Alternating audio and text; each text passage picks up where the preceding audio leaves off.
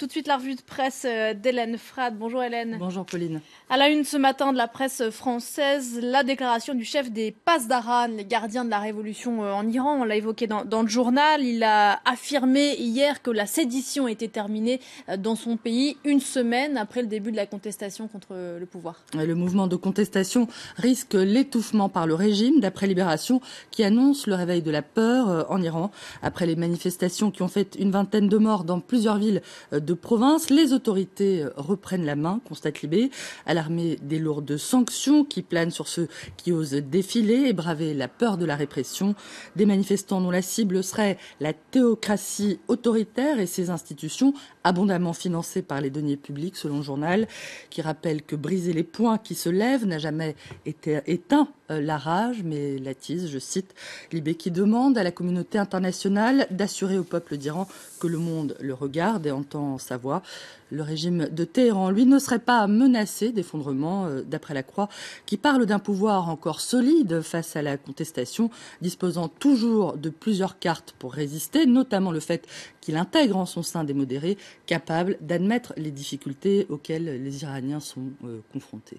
Un mouvement de contestation qui intervient dans un pays qui bénéficie pourtant de la levée partielle des sanctions économiques après l'accord sur le nucléaire de 2015. D'après l'analyste Alireza Nader, cité par les Échos, il serait évident que les troubles actuels provoqueront un regain de tension entre Washington et Téhéran et auront des conséquences sur cet accord que le président Trump, on le sait, ne cesse de vilipender. Le pays va rester instable durant les prochains mois, voire les prochaines années, assure-t-il, en recommandant aux investisseurs occidentaux de ne pas s'y précipiter comme les Européens et les Français semblent l'envisager. Du moins, faut-il avoir conscience que l'économie iranienne reste risquée et marquée par la corruption et l'arbitraire, je le cite. La situation actuelle qui perturbe le rapprochement avec l'Iran voulu par l'Élysée. C'est l'analyse de l'opinion qui rappelle que le ministre de la Défense a dû reporter une nouvelle fois sa visite à Téhéran, tandis qu'Emmanuel Macron verrait ses projets de rapprochement avec l'Iran rendus effectivement plus difficiles. Ces projets n'auraient toutefois jamais fait l'unanimité à Paris, selon le journal, qui cite l'existence d'un lobby pro-arabe proche des États du Golfe, toujours très influent à Paris, très influent également à Washington, où Donald Trump continue d'afficher son amitié saoudienne et son hostilité, on l'a évoqué, à l'égard du régime iranien.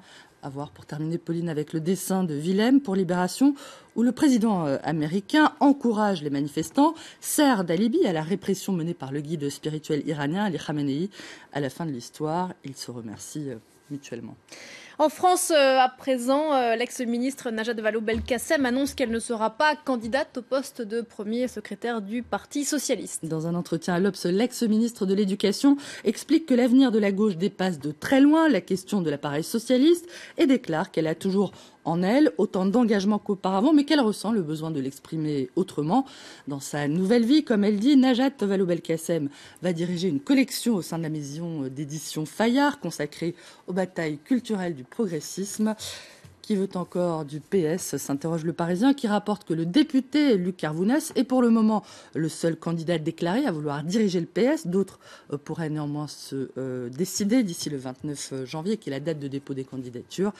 Et le journal cite notamment le nom du député Boris Vallaud, le mari de Najat Vallaud-Belkacem. Ah, la nouvelle vie, disait-elle. Un mot également des vœux d'Emmanuel Macron à la presse, c'était hier. Le président a notamment, vous l'avez dit, défendu la distance qu'il entend établir avec les médias. Une décision jugée salutaire et applaudie par le Figaro, qui se dit séduit par le jansénisme médiatique d'Emmanuel Macron, autrement dit son austérité médiatique. Ce dernier a aussi dit vouloir combattre les fausses informations, ce concept de fake news popularisé par Donald Trump. Encore faut-il définir ce qu'est une fausse information, relève le Huffington Post, qui rappelle que seules les personnes qui savent que l'information qu'elle relaie est fausse sont passibles de poursuites. Connaissance évidemment difficile à démontrer. Et puis pour terminer, cette initiative Outre-Rhin. D'après Libération, une campagne du Fonds allemand pour l'enfance tente d'inciter les parents à éviter de diffuser des photos de leurs enfants sur les réseaux sociaux ou alors avec précaution à ne pas exhiber leur enfant sur les réseaux sociaux, notamment Facebook. Chère maman, cher papa, vous avez bien le droit d'être fiers de moi. Il y a des photos particulièrement gênantes et mignonnes que vous aimez partager avec vos amis.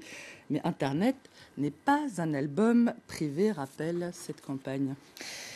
À bon entendeur. Merci beaucoup, Hélène. À tout à l'heure pour un nouveau point sur la presse mondiale. On va se quitter avec ces images.